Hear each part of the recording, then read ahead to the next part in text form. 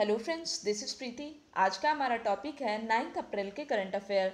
शुरू करने से पहले मैं चाहूँगी कि अगर आपने हमारे यूट्यूब चैनल को सब्सक्राइब नहीं किया है तो चैनल को सब्सक्राइब कर लें और बेल आइकन पर जरूर प्रेस करें। इसके अलावा अगर आप कॉम्पिटिटिव एग्जाम की तैयारी करते हैं तो इन सभी विषयों के लिए हमारे चैनल को सब्सक्राइब करें और प्लेलिस्ट में फ्री वीडियो क्लासेस देख सकते हैं। तो आइए शुरू करते हैं कि आज का हमारा पहला क्वेश्चन क्या है।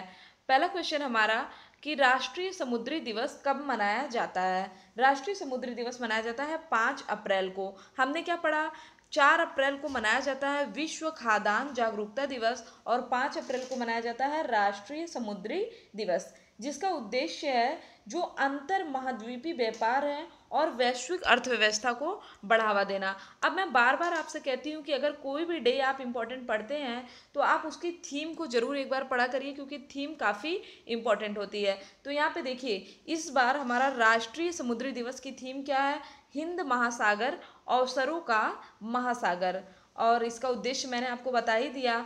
इस समय अगर हम लोग बात करें तो वर्तमान में भारत में कुल 43 शिपिंग कंपनियां हैं, जिसके पास कुल 1401 समुद्री जहाज हैं। तो याद रखिएगा, यह इंपॉर्टेंट क्वेश्चन है। फिलहाल थीम आप लोग याद रखिएगा जरूर से, थीम काफ़ी इंपॉर्टेंट होती है।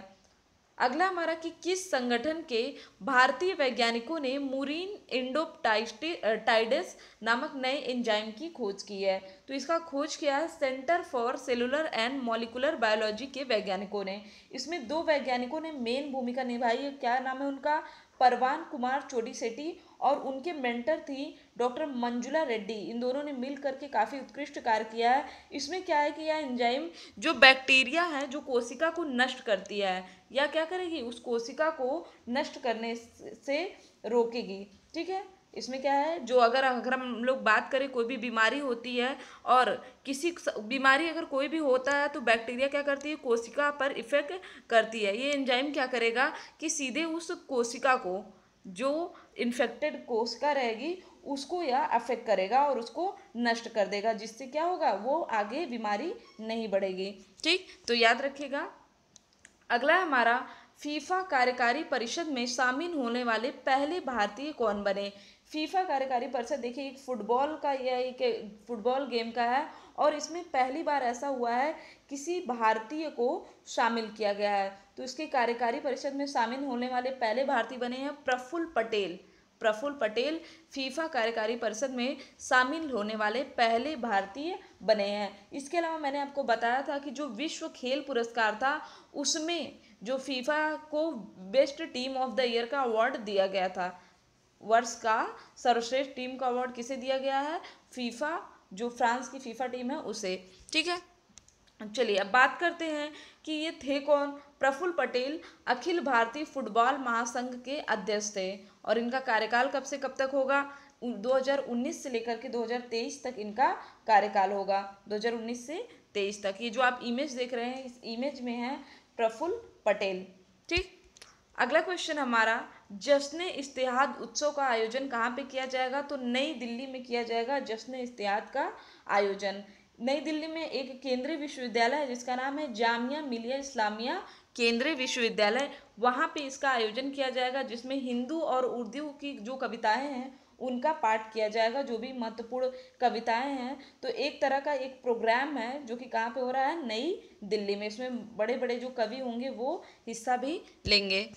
नेक्स्ट है हमारा, सीआर आनंदवल्ली का निधन हो गया। वे किस क्षेत्रीय सिनेमा से जुड़ी थी। वो मलयालम क्षेत्रीय सिनेमा से जुड़ी थी। ये जो आप इमेज देख रहे हैं, इमेज किसका है, सीआर आनंदवल्ली का। ठीक है, ये मलयालम सिनेमा से जुड़ी थी। इनका निधन कब हुआ है, तो 5 अप्रैल को इनका निधन हुआ है। नेक्स्ट है हमारा कि हाल ही में भारतीय नौसेना ने कौन सा प्रोजेक्ट लॉन्च किया। इसमें देखिए, यह प्रोजेक्ट बहुत पहले ही लॉन्च हुआ था। प्रोजेक्ट 75 है इसका नाम, मैंने आपको पहले ही पढ़ा था। इसको क्या है, अभी हाईलाइट किया गया इस समय इसलिए क्योंकि इस काफ़ी इम्पोर्टेंट, इस समय जो इसका जो टोटल बजट था वो 50,000 करोड़ था। इसमें हिंद हुआ क्या है, मैं आपको पूरा डिटेल में बताती हूँ। हिंद महासागर में चीन ने अपनी गतिविधियाँ बढ़ा दी हैं, जिसकी वजह से भारत ने यह प्रोजेक्ट बनाया, प्रोजेक्ट 75।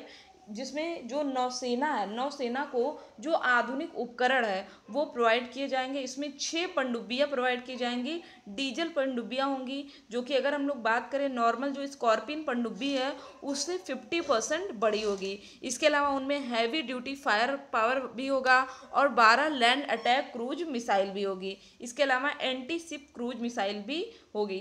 तो फिलहाल आप लोग याद रखिएगा कि ये पूरा प्रोजेक्ट कितने करोड़ का है, 50,000 करोड़ का है। इसको शुरू करने का रीज़न था कि हिंद महासागर में चीन ने अपनी गतिविधियां बढ़ा दी थी, ठीक, तो उसको नियंत्रित करने के लिए इसको किया गया है। अब बात आती है इस पनडुब्बी की रेंज कितनी होगी, तो 500 किलोमीटर इसकी रेंज होगी, ठीक है, याद रखिएगा। इसके अलावा नौसेना से हमारा एक और इम्पोर्टेंट क्वेश्चन बन सकता है कि इस समय हमारे नौसेना अध्यक्ष कौन बनेंगे, नए नए नौसेना अध्यक्ष बनेंगे करमवीर सिंह, ठीक। इसके पहले कौन थे, सुनील लांबा थे इसके पहले नौसेना अध्यक्ष। अगला हमारा, किस कंपनी ने विश्व का पहला 5G स्मार्टफोन लॉन्च किया है, तो इसको लॉन्च करने वाला है सैमसंग। कहाँ पे लॉन्च किया है सबसे पहले, तो इसको लॉन्च किया गया है साउथ कोरिया में। मैंने आपको बताया था कि सबसे पहले नेशनल लेवल पे 5G को लाने का श्रेय किसे गया है, साउथ कोरिया को।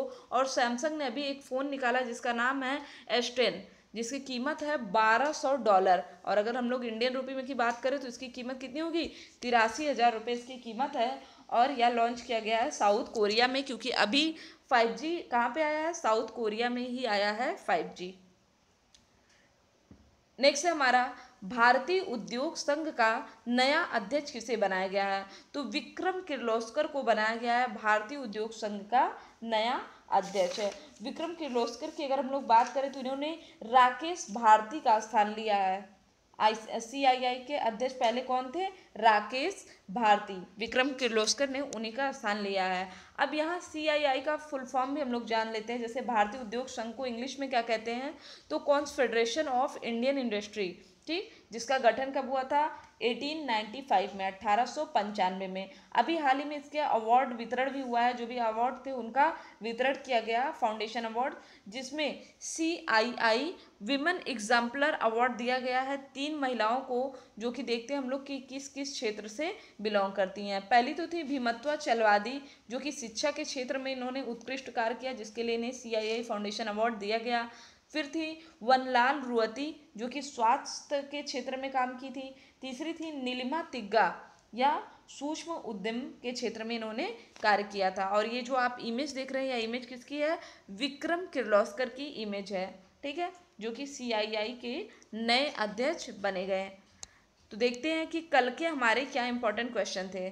शुरू करते हैं। कल का हमारा क्वेश्चन था कि विश्व बैंक के 13वें अध्यक्ष कौन बने, तो मैंने आपको बताया था कि डेविड मालपास, जो कि अमेरिका के हैं, या विश्व बैंक के 13वें अध्यक्ष बने हैं। और 9 अप्रैल से आज से इनका कार्यकाल शुरू होगा और आने वाले 5 साल तक इनका कार्यकाल रहेगा। इसमें हमें एक क्वेश्चन जानना था कि जो भी व्यक्ति विश्व बैंक, वर्ल्ड बैंक का जो भी व्यक्ति अध्यक्ष बनता है वह ऑटोमेटिकली अंतर्राष्ट्रीय पुनर्निर्माण और विकास बैंक, इसके अलावा अंतर्राष्ट्रीय विकास संघ का अध्यक्ष बन जाता है, ठीक।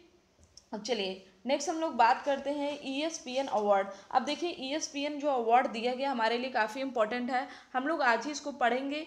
और आपके हिसाब से मैं आपको बता दूं कि ये वीडियो जो होगा मोस्ट इंपॉर्टेंट होगा, मैं इसको अलग से पढ़ाऊंगी, क्योंकि हमने पढ़ा था कि सर्वश्रेष्ठ पुरुष खिलाड़ी कौन है, नीरज चोपड़ा, सर्वश्रेष्ठ महिला खिलाड़ी PV सिंधु है।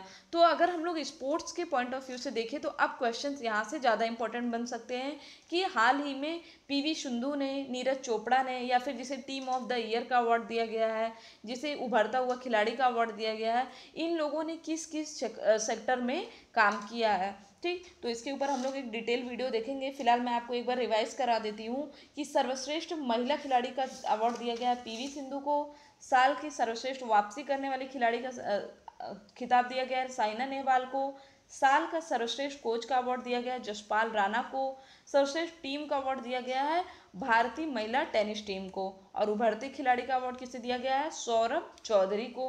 और पुरुष खिलाड़ी की अगर हम लोग बात करें कि पुरुष खिलाड़ी कौन है सर्वश्रेष्ठ, तो उनका नाम है नीरज चोपड़ा, ठीक, जेवलिन थ्रो के खिलाड़ी हैं। नेक्स्ट हम लोग बात करते हैं महर्षि वादरायण व्यास सम्मान समारोह में किसे दिया गया है अवार्ड, या दिया गया है मौलाना असद को। किसने दिया, तो वेंकैया नायडू ने दिया यह अवार्ड मौलाना असद को। नेक्स्ट था हमारा कि किस दूर संचार कंपनी को हवा और पानी में भी इंटरनेट सेवा देने का लाइसेंस मिला है, या मिला है बीएसएनएल को।